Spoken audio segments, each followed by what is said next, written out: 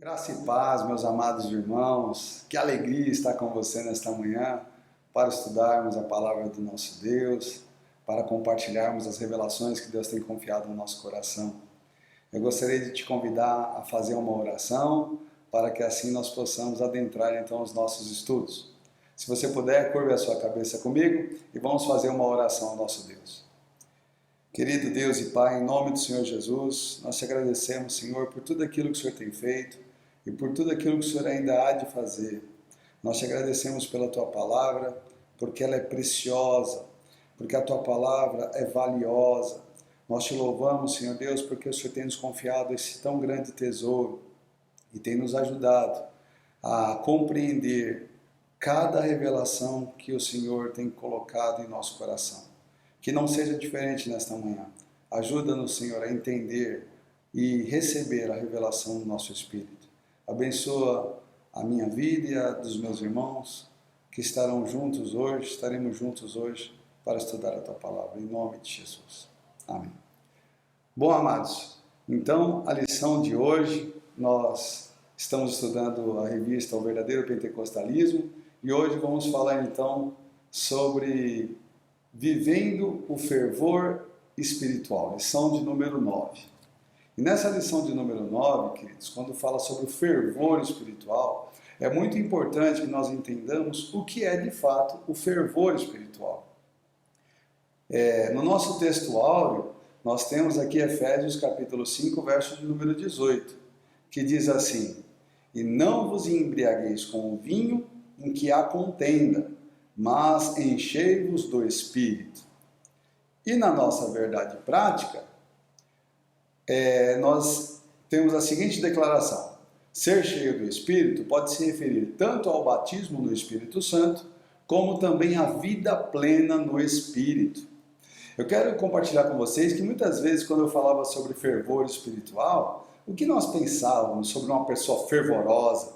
Geralmente nós pensamos numa pessoa fervorosa, uma pessoa que prega com eloquência, uma pessoa que ora com bastante entusiasmo, uma pessoa que demonstra uma grande fé. Isso para nós, muitas vezes, pelo menos para mim, era um sinônimo aqui de fervor do Espírito. Mas nós vamos verificar o que as Escrituras realmente demonstram sobre uma vida fervorosa no Espírito. E nessa declaração nós já vemos que o fervor não está relacionado somente ao batismo no Espírito Santo, mas está relacionado também com uma pessoa que vive na plenitude do Espírito. Uma vida onde o Espírito Santo conduz os passos dessa pessoa a cada momento, a cada instante. E nós vamos ver como isso é possível. Na nossa leitura em classe, nós temos aqui então Efésios 5, do verso 15 ao 20. Vamos ler então esse texto, que diz assim: Portanto, vede prudentemente como andais, não como necios, mas como sábios, remindo o tempo, porquanto os dias são maus. Pelo que não sejais insensatos, mas entendei qual seja a vontade do Senhor. E não vos embriagueis com vinho em que há contenda, mas enchei-vos do Espírito, falando entre vós com salmos e hinos e cânticos espirituais, cantando e salmodiando ao Senhor no vosso coração, dando sempre graças por tudo ao nosso Deus e Pai, em nome do Senhor Jesus Cristo. Então, amados, nessa leitura aqui, que preciosidade, né? O apóstolo Paulo orientando sobre a necessidade de nós sermos cheios do Espírito, a necessidade de nós fazermos alguma coisa para que isso aconteça. No dia de Pentecostes, a Bíblia fala que os discípulos estavam todos reunidos no mesmo lugar e veio do céu o Espírito Santo, aquelas línguas repartidas como de fogo vieram sobre os discípulos e eles foram cheios do Espírito Santo. E ali foi uma ação de Deus para com o homem. Ele derramou o seu Espírito conforme a promessa que já havia sido dada. Mas agora depende da ação de cada um de nós para permanecermos cheios. Você vê que o apóstolo Paulo ele diz assim, olha, não vos embriagueis com vinho onde há contenda, mas enchei-vos do Espírito. Ou seja, agora é uma ação da minha parte, da sua parte. Nós precisamos ser cheios do Espírito. Na nossa introdução, nós temos essa declaração: todos foram cheios do Espírito Santo. Está escrito lá em Atos 2:4. Então, todos foram cheios. Então, todos nós podemos ser cheios do Espírito Santo. Tanto no batismo, como também na nossa vida diária de comunhão com Deus. Eu não preciso ser cheio só no culto de domingo ou só no culto de quarta-feira. Eu posso ser cheio todos os dias da semana. Agora, todos foram cheios do Espírito Santo, o que quer dizer à luz das Escrituras? Meus amados, nós temos como termômetro da nossa vida espiritual o nosso tempo de relacionamento com Deus. Então, nos momentos de oscilação na nossa vida, nós percebemos que tem momentos que nós estamos muito bem, muita comunhão, mas tem outros momentos onde há uma fraqueza, nós acabamos esfriando um pouquinho, e é necessário nós percebermos isso para poder fazer alguma coisa. Então, o que vai demonstrar na minha vida se eu realmente estou em comunhão com Deus ou não? Se eu estou vivendo a plenitude do Espírito ou não? Eu penso que, como eu falei anteriormente, não é só por ficar falando em línguas eu ter uma pregação fervorosa ou demonstrar uma grande fé. Mas é muito importante o nosso tempo com Deus no que se diz respeito à nossa vida de oração, nossa vida de jejum, nossa vida de leitura da palavra. Nós vamos falar sobre isso nessa aula. Então, o quanto de tempo eu estou investindo em Deus? Esse é o meu termômetro. Eu estou investindo mais tempo em Deus ou mais tempo no mundo? Será que eu penso mais nas coisas de Deus ou nas coisas do mundo? Eu preciso analisar isso, porque se eu não vigiar nessa área, o que vai acontecer? O esfriamento vai começar a tomar conta de mim, quando eu menos perceber, eu já não estou orando, não estou jejuando, eu não estou lendo a Bíblia, eu não estou tendo mais prazer em ir à casa do Senhor. Então, vamos analisar como está o nosso coração para que assim nós possamos viver o fervor do Espírito. No tópico de número 1, nós vemos aqui a importância da devoção pela palavra e a oração. Então, por que a devoção ela é muito importante? E a devoção aqui através da palavra e da oração. Vamos entender primeiro o que quer dizer esta palavra devoção. Esta palavra devoção ela fala sobre apego. Então, uma pessoa devota a Deus, uma pessoa que vive a plenitude do Espírito, ela é apegada a Deus. Ela é uma pessoa que tem prazer, tem amor em estar com Deus. Ela é dedicada às coisas de Deus. Queridos, se nós estamos muito relaxados, isso é um mau sinal. Se eu não tenho mais aquela atenção com as coisas de Deus, meu tempo de oração, meu tempo de leitura, se eu não estou tendo tanta atenção aos meus compromissos, isso reflete até na vida secular. Uma pessoa que ela é dedicada às coisas de Deus, ela também se dedica ao seu próximo, ela se dedica aos seus compromissos. Por quê? Porque ela faz da vida de devoção a Deus um parâmetro de fidelidade para que ela possa também ser uma pessoa dedicada à sua vida também em todos os aspectos. Uma outra questão aqui é zelo. Quando nós falamos sobre zelo, queridos, o salmista Davi disse assim, olha, o zelo da tua casa me consome. O zelo pelas coisas do Senhor, tratar com respeito, com dedicação, com amor, isso é um sinal de devoção.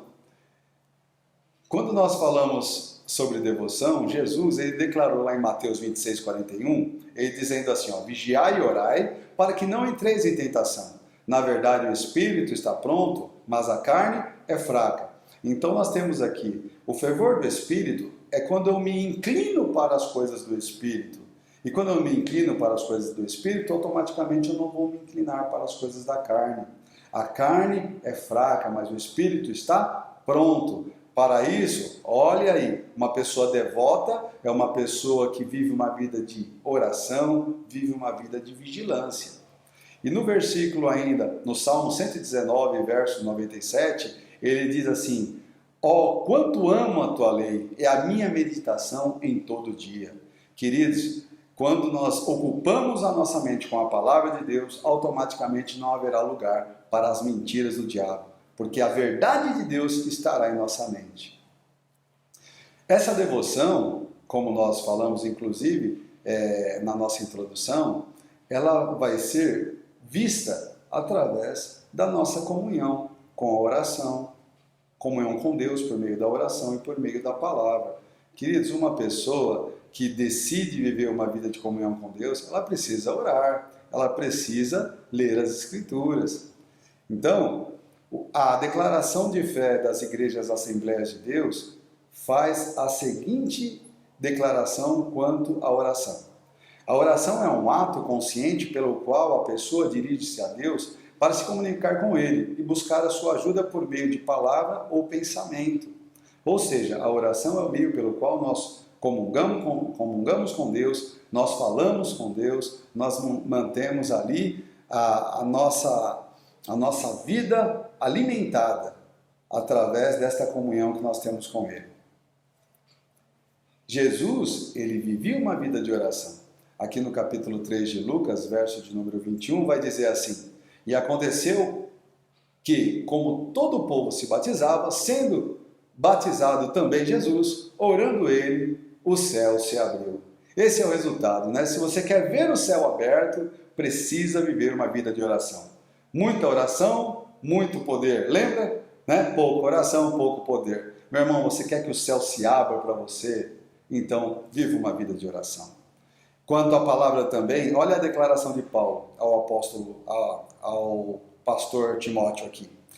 O apóstolo Paulo declara assim: e que desde a tua meninice sabe as sagradas letras que podem fazer-te sábio para a salvação, pela fé que há em Cristo Jesus. Então, somente as Escrituras podem, de fato, nos fazer pessoas sábias. Então, além da devoção, a devoção que pode ser vista através da oração e a palavra, isso vai nos levar a viver uma vida sábia. Você vê que Timóteo, ele poderia desenvolver uma vida sábia, mas isso dependia da atitude que ele tomaria. E viver sabiamente, queridos, o apóstolo Paulo, ele fala para nós fazermos de que maneira aqui, olha, versículo 15 do capítulo 5 de Efésios, ele diz assim: vede prudentemente como andais, como sábios, não como nécios, mas como sábios, ele declara, né? Então, qual é a característica do nécio? O nécio, essa palavra grega osófos, quer dizer tolo, sem juízo, uma pessoa sem atenção. Então, uma pessoa nécia, ela não sabe conduzir os seus passos. O tolo, queridos, ele ouve, mas ele não coloca em prática a verdade. Uma pessoa sábia é uma pessoa que adquire o conhecimento e coloca em prática, mas o tolo não. Você pode ensinar para ele o caminho correto, mas ele prefere testar, mesmo sabendo que vai dar errado. Então, a sabedoria, ela precisa ser colocada em prática. Isso de que forma? Uma vez que eu rejeito a tolice, retenho o conhecimento e exteriorizo ele através das minhas atitudes. Remir o tempo. Essa palavra remir o tempo aqui, queridos, eu gostaria de ver com vocês também a definição. A palavra remir quer dizer comprar de novo, resgatar, aproveitar o melhor possível.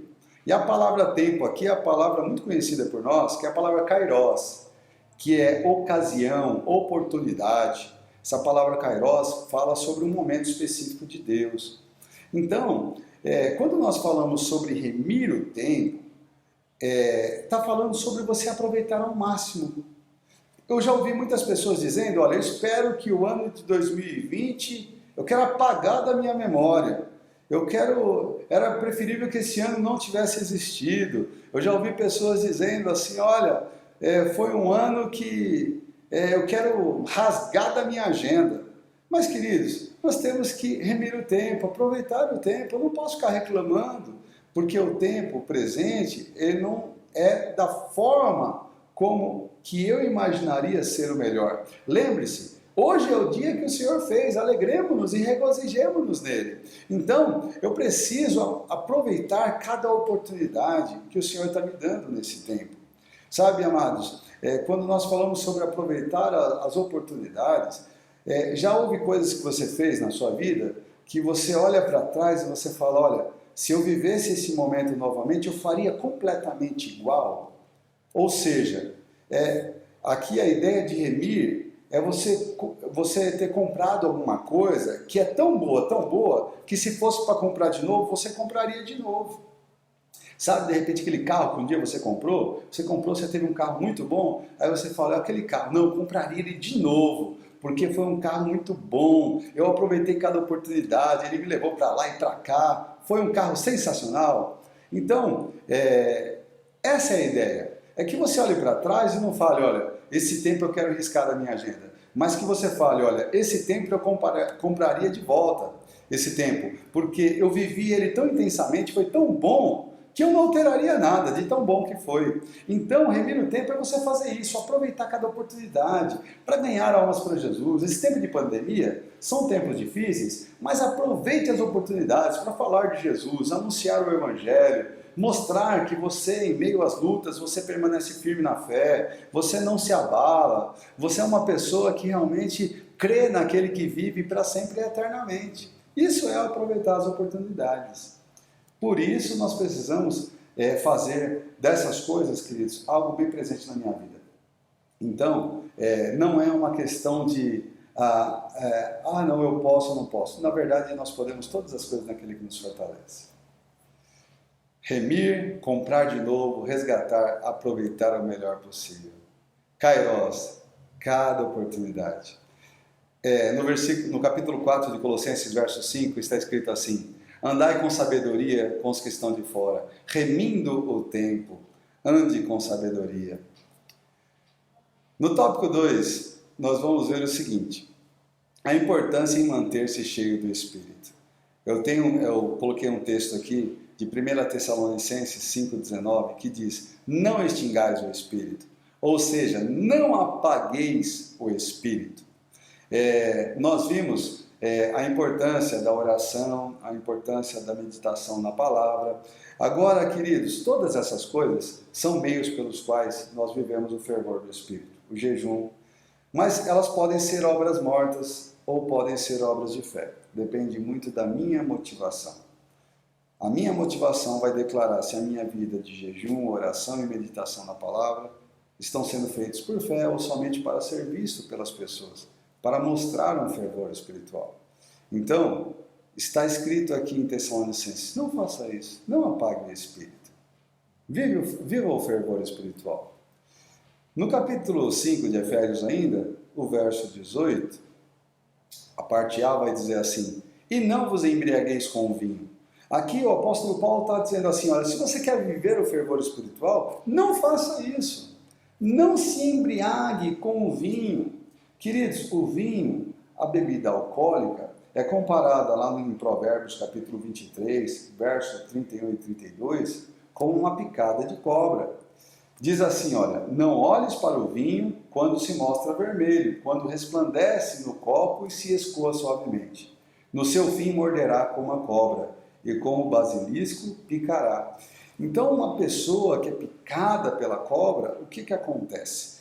Ela é envenenada e aquele veneno começa a mudar o comportamento daquela pessoa, justamente por conta do veneno, e vai tomando conta do corpo da pessoa, até mesmo levando a óbito, se realmente não for socorrida a tempo. O vinho, a bebida forte, queridos, ela faz da mesma forma. A pessoa começa bebendo socialmente, depois ela vai desenvolvendo esse mau hábito, né, ao ponto de se viciar e até mesmo chegar a um grau de dependência, uma vez que ela não tem mais controle das suas atitudes. Então Paulo fala assim, não faça isso, não tome essa atitude. No vinho, o que traz o vinho? Traz a devassidão, traz a dissolução, traz a contenda, como nós vimos. Então, tome cuidado, queridos, porque a Bíblia mesmo nos afirma que todas as coisas nos são lícitas, mas nem todas as coisas nos convêm. O que eu devo fazer, por outro lado? Paulo está falando, não faça isso, mas faça o quê? Enchei-vos do Espírito. Enchei-vos do Espírito. Quando eu me encho do Espírito, essa declaração de Paulo é como se nós colocássemos um copo debaixo de uma torneira e deixasse a água preencher aquele copo. Mas esse enchei-vos não é só no sentido de deixar cair uma gota, ou um dedo de água, ou 2 dedos de água. Esse enchei-vos é fazer com que o copo transborde. Nós costumamos dizer que a unção não é a primeira gota que cai no copo ou no vaso, mas é a primeira gota que transborda tanto do vaso quanto do copo, do recipiente, do servo, da serva de Deus. A unção de Deus, ela precisa ser transbordante em nossa vida, mais do que o suficiente, não só para nós, mas para a vida daquelas pessoas que precisam também da vida, da ajuda de cada um de nós, da nossa vida sendo doada para com eles. No capítulo 4 de Atos, diz assim: então Pedro, cheio do Espírito Santo, lhes disse: principais do povo e vós, anciãos de Israel. Veja que Pedro, ele aqui estava cheio do Espírito. E é interessante que no capítulo 2 de Atos, ele já havia sido batizado no Espírito Santo. Mas aqui ele estava cheio do Espírito Santo. E por que ele estava cheio do Espírito Santo? Porque ele tinha essa vida de comunhão com Deus. E por isso ele estava vivendo a plenitude. Ele, cheio do Espírito Santo, ele vai pregar. Cheio do Espírito Santo, ele vai exortar as pessoas a entregarem-se à fé, ao único Senhor e Salvador Jesus Cristo. E veja, aqui ele estava cheio. Então, ele não ficava dependendo somente do dia que ele foi cheio, no dia do batismo. Tem pessoas que receberam o batismo do Espírito Santo e foram cheias do Espírito. Mas de lá para cá, ficaram vazias e não perceberam que precisavam ter esta manutenção. Então, meu irmão, Pedro estava cheio no dia de Atos, mas também nesse dia, no capítulo 4, ele já estava novamente cheio do Espírito. Assim como também no capítulo 13 de Atos, verso 9, diz assim: todavia Saulo, que também se chama Paulo, cheio do Espírito Santo e fixando os olhos nele, disse. Aqui, queridos, ele vai tratar aqui uma situação onde ele vai repreender um espírito, e nesse momento ele estava cheio do Espírito Santo. Meu irmão, às vezes você precisa tratar, repreendendo um espírito maligno. Às vezes você vai orar pela salvação de uma pessoa, ou então você vai orar por uma cura de enfermos. Para isso, nós precisamos estar cheios do Espírito. Não adianta eu querer me encher do Espírito no momento da adversidade. Eu preciso estar cheio para quando a situação chegar, eu tenha como tratar com aquela situação. Paulo recebeu o batismo no capítulo 9 de Atos. Porém, e lá ele foi cheio do Espírito, mas aqui no capítulo 13, novamente, ele estava cheio do Espírito Santo. Então, a importância em manter-se cheio do Espírito Santo. Uma pessoa, quando ela é salva, ser salvo, quando você recebe a Jesus, você recebe o Espírito Santo, ele passa a habitar em você. Ter o Espírito Santo é para todos os salvos. Uma vez que você recebeu a Jesus, você recebeu o Espírito Santo. Mas agora, ser cheio do Espírito Santo, você pode ser cheio do Espírito Santo no seu batismo, e o batismo também é uma decisão de fé, assim como você decidiu entregar sua vida a Jesus e foi salvo, assim também você decide ser batizado, e pela fé você é batizado no Espírito Santo, porque ele está disponível para todo aquele que crê. Todo aquele que crê pode ser batizado no Espírito Santo. Você pode ser batizado no Espírito Santo agora, ser cheio do Espírito Santo agora. E você que já foi batizado no Espírito Santo, você pode receber a plenitude do Espírito Santo também agora. Aí onde você está. Você pode estar sendo cheio agora em nome de Jesus. Amém, amados? Então, nós chegamos à conclusão que o apóstolo Paulo, ele pede, ele ordena a igreja de Éfeso, dizendo: não façam isso, não se embriaguem com vinho, mas enchei-vos do Espírito. E nós não podemos confundir batismo no Espírito Santo com uma vida cheia do Espírito. Eu posso ser cheio do Espírito Santo no batismo, mas eu posso ser cheio do Espírito Santo também depois do batismo, através da minha devoção, através dos meios que Deus me disponibiliza para que eu possa manter o contato com Ele. É como se nós pensássemos numa geradora de energia. Né? No nosso poste da entrada de casa, lá nós temos energia. E no poste que tem na rua, ele é conectado ao nosso poste que tem na nossa entrada da casa, e dali vem para a nossa caixa de disjuntores, e dos disjuntores para as tomadas e interruptores. Esse é o caminho pelo qual a energia ela vai passar. E ela se manifesta nas nossas lâmpadas, se manifesta na nossa televisão ligada, ela se manifesta quando abrimos a geladeira e vemos que ali a luz acende e sentimos aquele fiozinho, é porque a geladeira está funcionando. Então, queridos, ali é uma manifestação que existe energia. Então, da mesma forma, a nossa oração, a nossa meditação na palavra, os nossos jejuns, tudo isso é o meio pelo qual o poder de Deus vai se manifestar em nossa vida e mostrar que realmente existe um fervor espiritual em nós. Então, como nós já vimos anteriormente, Pedro era batizado, foi cheio do Espírito Santo, vivia a plenitude. E Paulo também, já sendo batizado, também era cheio do Espírito Santo. No tópico 3 da nossa lição, nós vemos que nós devemos ficar vigilantes contra a frieza espiritual. Lembre, Jesus falou, vigiai e orai para que não entreis em tentação. A frieza é uma tentação. No capítulo 6 de Atos dos Apóstolos, verso de número 3, os apóstolos eles chegam aqui a uma conclusão que eles precisavam de pessoas para então se dedicarem aos cuidados do povo, enquanto eles se dedicavam à oração e à palavra. E aí então diz assim: escolhei, pois, irmãos dentre vós, 7 varões de boa reputação, cheios do Espírito Santo e de sabedoria, os quais constituamos sobre este importante negócio. Então, para ser diáconos, tinha que ter esse credencial. Na verdade, não só diáconos, mas todo aquele que deseja o episcopado, precisam ser pessoas de boa reputação, cheias do Espírito Santo e que tenham sabedoria. Então, o primeiro aspecto aqui, muito importante, que eles prezavam por isso, testemunho transbordante. Queridos, uma pessoa que vive o fervor do Espírito é uma pessoa que dá bom testemunho, tanto diante de Deus quanto diante dos homens, acerca da sua vida de comunhão com Deus. Tem que dar testemunho. Queridos, esse testemunho precisa ser transbordante. Dentro de casa, no trabalho, na rua, na igreja. Uma outra característica, além do testemunho transbordante, saber dar graças em tudo. No versículo 20 do capítulo 5 de Efésios, diz assim: dando sempre graças por tudo ao nosso Deus e Pai, em nome de nosso Senhor Jesus Cristo. O verso 19 ainda diz assim, olha, falando entre vós com salmos, hinos e cânticos espirituais, cantando e salmodiando ao Senhor no vosso coração. Então, uma pessoa que dá um testemunho transbordante, o que ela faz? Ela fala de acordo com as palavras que estão no seu coração, com hinos, com salmos, com cânticos espirituais. Ela não é uma pessoa mentirosa, ela é uma pessoa verdadeira, ela não vive reclamando, mas ela vive adorando, ela vive falando a palavra de Deus, o vocabulário dela é a palavra. Então, meu irmão, aquilo que a boca fala é aquilo que o coração está cheio.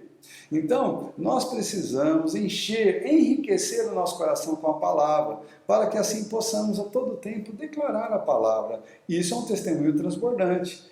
E dar graças a Deus em tudo. Então, quando eu estou conversando com as pessoas, eu estou dando graça. Veja, eu não estou dando graça pelo Covid, eu não estou dando graça pela miséria, eu não estou dando graça pela política, eu estou dando graças a Deus porque em todas essas coisas nós somos mais do que vencedores. Senhor, eu te dou graças porque estou vivendo em meio a uma pandemia terrível, Senhor, que eu sei que está levando a vida de muitas pessoas, mas eu te dou graças porque o Senhor tem poupado muita gente. O Senhor tem, Senhor, manifestado a tua graça sobre a minha vida. Senhor, eu te louvo porque o Senhor tem cuidado da nossa política, dos nossos líderes. Eles estão todos no seu controle. Senhor, eu te louvo, Pai, porque o Senhor tem suprido as minhas necessidades. Sabe, queridos, dar graça em tudo. Eu não dou graça pela enfermidade, pela miséria, não dou graça pela morte, mas eu dou graças a Deus, porque em todas as coisas nós somos mais do que vencedores. A Bíblia fala que todas as coisas cooperam para o bem daqueles que amam a Deus. Então eu tenho que ver que em cada situação, Deus está no controle de tudo.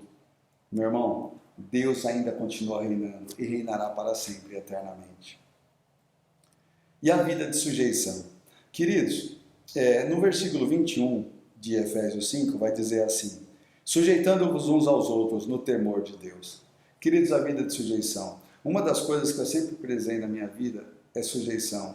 Eu sempre procurei ser uma pessoa submissa às minhas lideranças. Meu pastor Vilmar, minha pastora Cleusa, minha pastora Tana, que foram os líderes que me receberam na vida plena. Procurei, por todo o tempo, ser submisso, e honrar os meus líderes, defendê-los, amá-los e respeitá-los. E assim eu procurei fazer também na minha vida secular, sabe? Com as autoridades, eu procuro fazer assim com a minha mãe. Meu irmão, a gente precisa se sujeitar, sujeitando-vos uns aos outros no temor de Deus. A sujeição é uma posição de segurança, porque você se coloca debaixo de uma autoridade e aquela autoridade, ela passa a ser responsável por você. Meu amado, sujeição não é difícil. Não é difícil a mulher se sujeitar ao marido quando reconhece que ela faz isso no temor de Deus. Não é difícil para o homem se sujeitar à sua mulher também, quando esta está lhe dando uma palavra através da sabedoria que vem da palavra de Deus. Não é difícil nós nos sujeitarmos uns aos outros. Muitas vezes pode ser que uma criança, ela tem uma palavra para dar ao meu coração, eu preciso ouvir e me sujeitar àquela palavra que ela está declarando. Meu irmão, a sujeição é uma vida de testemunho também. Então, uma pessoa que vive o fervor espiritual, ela não tem medo, ela não receia a sujeição, ela não se sente menor do que as outras. Nós não somos menores porque nós nos sujeitamos. Nós fazemos isso no temor de Deus. Se Deus estabeleceu as autoridades, elas precisam ser amadas, respeitadas e honradas. E essa vida de sujeição vai fazer de você também uma pessoa vivendo o fervor do Espírito intensamente. Bom, amados, então gostaria de concluir a nossa aula, então, com a nossa confissão, essa declaração que está na nossa revista. O significado de encheios do Espírito é ter a vida cristã na plenitude do Espírito Santo. Isso envolve todos os aspectos da nossa vida, desde os cultos até o lar, desde o lar até o trabalho e sociedade. Por meio desses testemunhos é possível observar quem é cheio do Espírito. Aleluia. Amados, então eu gostaria de aproveitar também esta ocasião, nesta conclusão, para me despedir dos amados, meus companheiros de vida plena. Como os irmãos já sabem, nós vamos estar agora ampliando ainda mais as estacas da vida plena, agora ali na região da Vila Galvão. Nós estaremos lá com a Vida Plena Vila Galvão, recebemos a bênção do nosso pastor Vilmar e vamos estar lá fazendo a obra de Deus. Será um desafio, uma luta, com certeza, mas nós cremos que o Senhor está conosco. Sabe, amados, são 23 para 24 anos, eu me converti no ano de 96 na Igreja Vida Plena e sempre dei esse testemunho porque eu nunca precisei ficar saindo de igreja em igreja por concordar ou discordar de um e de outro, mas eu sempre procurei me submeter às minhas autoridades e agradeço de todo o meu coração ao pastor Vilmar, a pastora Cleusa, a pastora Tânia, que me receberam tão amorosamente no ano de 96 e cuidaram de mim por todo esse tempo, porque ainda nesses tempos eles continuam cuidando de mim, espero que continuem cuidando ainda, né? Porque nós temos uma aliança e nós estamos debaixo da autoridade da Vida Plena Sede. E queridos, orem por nós, nós estamos com grandes expectativas, esperamos fazer uma grande obra naquele lugar, ganhando muitas vidas para o Senhor Jesus. Eu quero agradecer toda a equipe ministerial, quero agradecer a diretoria, agradecer aos diáconos que tão amorosamente serviram ao Senhor ao meu lado. Eu acredito que eu contribuí de alguma forma durante todo esse tempo. São muitas pessoas que nós ganhamos para Jesus, nós batizamos, casamos e às vezes olhar para tantas pessoas, eu acredito que tudo foi tão bom, foi tão maravilhoso poder fazer parte da história. E nós vamos continuar fazendo história para a glória de Deus. Então, meus irmãos, a minha oração é para que todos vocês continuem firmes, constantes, sempre abundantes na obra do Senhor. Espero que vocês desejem também o mesmo para a minha vida, para a minha família e orem por nós. E em breve nós estaremos juntos. Em breve nós estaremos cultuando juntos. Eu tenho certeza que eu vou continuar visitando a Vida Plena, hein? Vou continuar, mas saibam que não vai demorar muito, eu quero visitar vocês que já estou com saudades. E espero de todo o meu coração nos ver em breve. Tá bom? Amo vocês. Pastor Vilmar, se eu começasse a falar aqui de tantas e tantas experiências que nós vivemos juntos, pastora Tânia, pastora Cleusa, seria muito tempo para contar. mas vocês sabem do amor e do carinho que eu tenho por vocês e por toda a igreja, por todos os membros. Fica aqui o meu agradecimento, fica aqui o meu louvor a Deus pela vida da Vida Plena, por essa comunidade maravilhosa que eu amo tanto. Que Deus abençoe todos vocês, um beijo no coração, em nome de Jesus. A Gorete também manda um grande beijo e até breve, em nome de Jesus. Deus abençoe, amados.